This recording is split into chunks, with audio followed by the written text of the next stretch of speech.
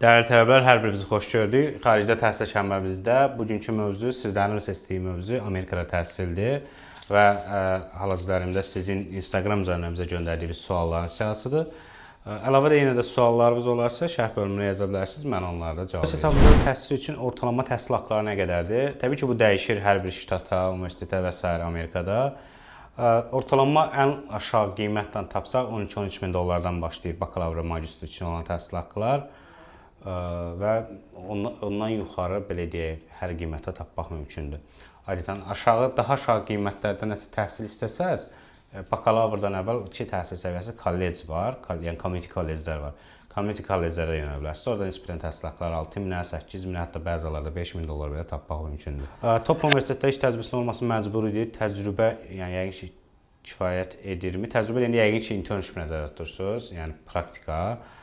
Bu yəni çox ümumi sualdır, bilmirəm kimin olmayıb, amma orada məsələ odur ki, hər bir universitetin özünün tələbləri var. Elə universitet var ki, tələb qoyur, eləsi var ki, qoymur. Əgər tələblər arasında varsa mütləq olmalıdır. Əgər tələblər arasında yoxdursa üstünlükdür. 6-5 IELTS rating universitetlərə bakalavr təhsil almaq olarmı? Amerikada adətən tələblər 6-5, 7, bəziləri isə 6 ola bilər. Yəni 6-5 dənə də top universitet tapmaq mümkün ola bilər. Public administration üçün minimum IELTS balı. Yenə də bu ümumi sualdır, universitetə görə dəyişir. Belə suallar olanda spesifik universitet yazsa daha yaxşı olar. Yəni sırf həmin universitet demək mümkün ola bilər. Amma belə yəni 6-5, 7, bəzi hallarda 6 ilə belə qəbul edən universitetlər var. Amerikada tam təqaüd imkanı varmı? Bəli, Amerikada tam təqaüd imkanı var. Bura master proqramları üçün Fulbright öz təqaüdləri daxil olur. Bakalavr üçün universitet daxili endirimlər olur. Əlavə isə financial aid deyilən bir proqram olur. Düzdür, beynəlxalq tələblərə az ayrılırlar, amma yenə də var belə bir proqram, ona da müraciət etmək olur.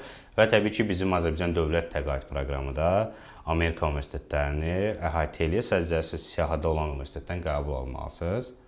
Top universitetlər qəbul üçün background necə olmalıdır? Bu da bayaqki sual kimi aşağı-yuxarı eynidir. Yəni hər bir universitetin özünün spesifik tələbləri var.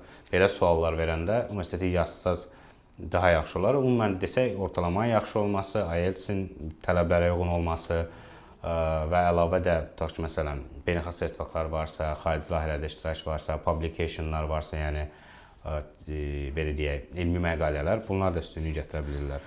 Bank hesabında pul göstərmək lazımdırmı? Öz hesabınıza gedirsə, bəli, ITVent alınmalıdır müraciətdən, yəni bizə müraciətdən öncə. ITVent almaq üçün məsəl üçün orada hesablanır, universitetin illiyi, yaşam xərcləri və s. müəyyən bir məbləğ qoyur qarşınıza universitet ITVent-də və o məbləğin də qarşılığı olaraq siz o pulu məsəl üçün təqaüdləmi, yoxsa öz hesabınızdan və s. qoyduğunuzu göstərməlisiniz və bununla bağlı sənəd təqdim etməlisiniz ki, ITVent hazır olsun və siz heç bir təqaüd qazanmamısınızsa, birbaşa olaraq öz hesabınıza gedirsə, bankda pul qoyub ora göstərirsiniz ki, mən öz hesabıma gedirəm. Bunu da hər bir universitetdə ştata görə dəyişir. Adətən hesablama qaydası budur ki, universitetin təhsil haqqısı ştatdakı minimal yaşam xərclərinin 12 misli, belə deyək, əlavə kitab xərcləri, library xərcləri və s. hesablanır, ümumi xərclər və hamısı toplanır, onun qədərində banka pul qoyursunuz.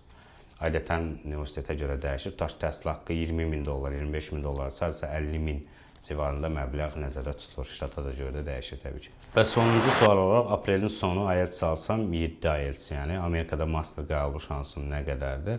Yəni öz hesabımızda davam edir, apreldə də, mayda da davam edən universitetləri var, amma məsələn dövlət təqaüd proqramına müraciət düşünürsünüzsə, orada adətən ən top universitetlər sayılır və aprelə maya qalan çox az sayda universitet olur. İxtisasımıza görə dəyişir. Bəzi ixtisaslarda hələ də tapmaq mümkün ola bilər. Amerika ilə bağlı olan təhsil şənbəmiz bu qədərdir.